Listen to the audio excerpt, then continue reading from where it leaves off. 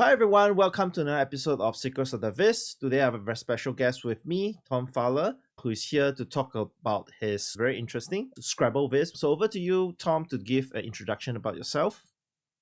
Hi, Lou. Thanks for having me on. I'm Tom Fowler. I'm a BI developer for the Postcode Lottery Group, a fundraising organization across 5 countries in Europe.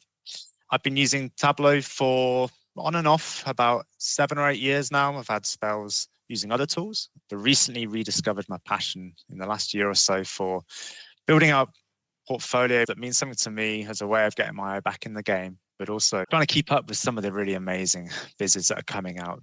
I also hear that you are a recent co-lead to the Scotland Tableau user group, right? Yeah, that's right. So I've been involved as a participant for the last couple of years and was starting to give ideas and suggestions to the other leads. And they eventually got tired of me asking for ideas and said, you can come and put some of these into practice. So that's been a great way to meet other Chris and Simon and Kevin there have been supporting me in there. And it's been great to be able to call on Chris Westlake's extensive experience in dashboard development pointers along the way. I am a Tableau user group leader myself, so I understand how much logistics goes behind organizing all this Tableau user group meetups. I'm happy that you are stepping up to help grow the community. It's a lot of work, but very rewarding, I would say. Absolutely. Yeah. Come along if you're in Scotland, you joining these. Definitely. Sure. I do go over to Europe maybe once or twice a year for work trips. So if the schedule permits, I might just drop in. Yeah, that'd be a nice thing to do. Special guests. Special guests. Sounds good. I have a special lookout for recreated games in Tableau Public. So your Viz actually caught my eye for Games Night Viz, and it's really well done. Before we get into that, I just want to understand a little bit from you. How did this whole idea came about? What inspired you to create a Viz on this? Because I know you talked about your kids' learning journey with words. Yeah, no, cool. It's one of those things which became a bit of an accidental viz. So I've got 2 kids. My daughter's 5, and I don't really remember her learning how to speak. My memory's a bit blurry from those COVID days, but she's always had lots of words and been very able to describe what she wants. Whereas my son, who's now 2.5, he didn't have that same pickup on the language and the words and being able to communicate. Coupled with that, he just seemed to have successive runs of burst eardrums. So we were worried about, is this going to be impacting his ability to hear, to communicate? Over the start of summer in 2024, I just had a Google sheet on my phone, and anytime there was a word, I thought it might be useful just to track this in case we need to speak to a consultant to understand if there is anything wrong with his ear. I'll just date stamp what that word was and just starting to add it up. It was a nice thing to do just to keep a bit of a track of that. And quickly I went from having no, mummy, daddy, to starting to get a list of interesting words where I was like, here's a data set that I'm collecting. Some days there'd be lots of words. Some weeks there'll be not much at all. So I was starting to just build up this view of, okay, I'm getting past that. Do we have anything we need to worry about from his speech perspective to, well, where can I take this data set? What can I do that's interesting about this? Is there any patterns in the data that he's supplying me in an unknown way of working for him? But it was something in my pocket. When I'm around, if I hear those words, I can just start to add that into a nice, easy to collate Google sheet. Oh, that's really nice. And I think that's part of the joy of being a parent as well. Like just seeing your kid learning the ways of the world, learning how to speak, learning how to walk, all of this little milestones and memories that we won't forget. You have this whole Google sheet with all the words and timestamp. How did that came to be a Scrabble Viz? Because there's a couple of different ways that you can potentially Viz, like a word cloud or something. So it's a really good question. When he was going through this challenge of having burst eardrums, he'd be up during the night in pain, needing comfort. And the nights when I was up with him early in the morning, 2, 3 o'clock in the morning, I'd be wide awake because I've been trying to settle a screaming child. And then, as any parent knows, when you're going through that slightly sleep-deprived stage, your mind does strange things. It was just a random thought of, wonder what the longest word is. I wonder which word would be the best Scrabble score. And I like the idea of something tangible. I like presenting this as, here's something for you, my son. This is part of our relationship of growing up. But coming across Alexander Taylor Jackson, has analyzed like Scrabble games in a board. And that seed was planted of, right, okay, here's something that might look nice as a picture on his wall. There's a little bit of how do I describe what I do for a job to people that don't do this as a job from a data viz perspective. And presenting something like this is a nice way to do it, I think. I think that's really beautiful. The point you raised about this being a memento of the journey between you and your son could be like a core memory for him years down the road. And this is kind of like your big design piece that you have done in quite a Mm, while.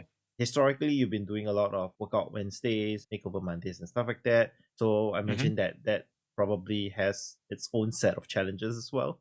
Yeah, I think in the past I've been delivering quite functional dashboards. I don't see myself as a designer per se, but I like to develop sort of some data discovery tools type thing. So some of the approaches that I've been taking about iterative design and development, many people no doubt that work in the visualization space take an agile methodology. So that's one of the things that I find really hard when you're trying to develop your own personal profile pieces is finding an audience or finding some friendly ears that you can say, I've got something here. Be constructive. Tell me what things I might need to lean on or work towards. So that's something that I've started to move towards a more proactive way of looking for feedback and desiring feedback. Time at the moment is my poorest thing I have in that I would love to spend more time I mean, doing when you these have a things. 5-year-old and a 2-year-old, time is always Yeah, a limited that's it. resource. That's it. And that's part of where this Scrabble thing's been quite nice of I wanted to get some finished. Finishing a product is really hard. And Chris Westlake said if it's not fun anymore, it's probably time to say it's done. And I like that reflection of this should be fun. And if it's not fun on your own personal projects, then maybe get it published as it is or nip it in the bud. So I've been quite strong on wanting to use Excalibur as a way of just making that transition from the olden days where I'd be in the office, you'd walk next to your stakeholder, draw out a piece of paper on A3 and you'd talk through and you'd wireframe something in person. This for me has been a really nice way to start to put down the ideas that I've got as a starting point before I dive into that data discovery or start building things out. And so I had an idea about Scrabble grid, should be the main focus, but thought in my mind, this is how much space we'd have. We could have some nice small images around the side that give you some of the context. I don't have my iterative working through version controlling my own workbooks. It's a bit of a slap on the back of my hand, not following some best practice that we follow. But I guess this was the workbook that I took a lot of inspiration from. And again, one of the things that I really like to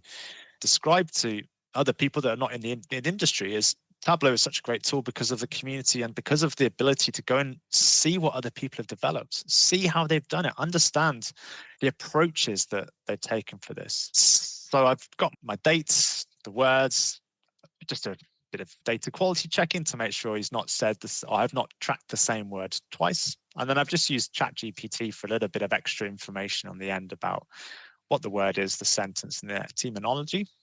I've then had to reshape the data to give me my coordinates, my X and Ys, some reference points for lookups, and then modularly bringing up this, how do we apply this calculation into the data source that just makes my life a little bit easier in Tableau. There's a bit of pragmatism in my design from a data perspective about what's going to be quickest to deliver. I'm not try to build the perfect solution in Tableau. Yeah, a bit of an acceleration towards the end product, but I've gone from having a clear letter by letter grain data set, but also the ability to present a board in a way that allows me to construct something that is for many people that have seen Scrabble or played Scrabble is instantly recognizable. So this board is really interesting to me because it is exactly how you would play a Scrabble game. Did you actually lay this out in the actual Scrabble? Because you have to line up the letters in a specific manner. Yeah, I started and then once I got about 10 words in and had to tidy it away, I was like, I'm not going to be doing this physically by hand. This is just going to be my time tidying up Scrabble pieces all day long.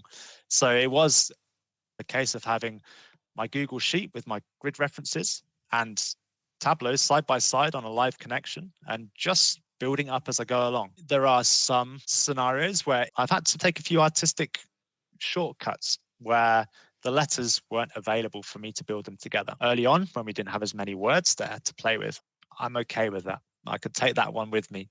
And I wanted to get something that was square as well. I didn't want to have a really high board. I was still keeping this idea of having something that I could print out on a piece of A4 paper, stick in a frame, pin on the wall.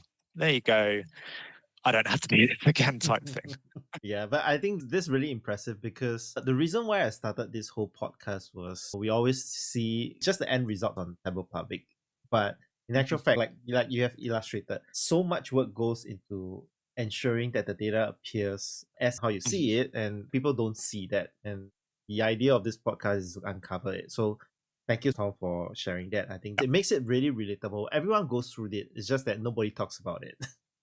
So is there anything that you're currently working on that you want to tease the audience about? I've got a few ideas. So I like seeing how other people have built things. I like the idea of developing some technical skills, but also across a topic that's interesting for me. I'd like to do more on advanced mapping. In the UK, there's a fishing program, kind of captures my imagination a bit. So I'd like to understand mapping of rivers. I overlay some water quality data. And I grew up in Silverstone, Formula One, motorsport's a big thing. I've been really loving seeing Dan Wade's collection of Formula One visuals.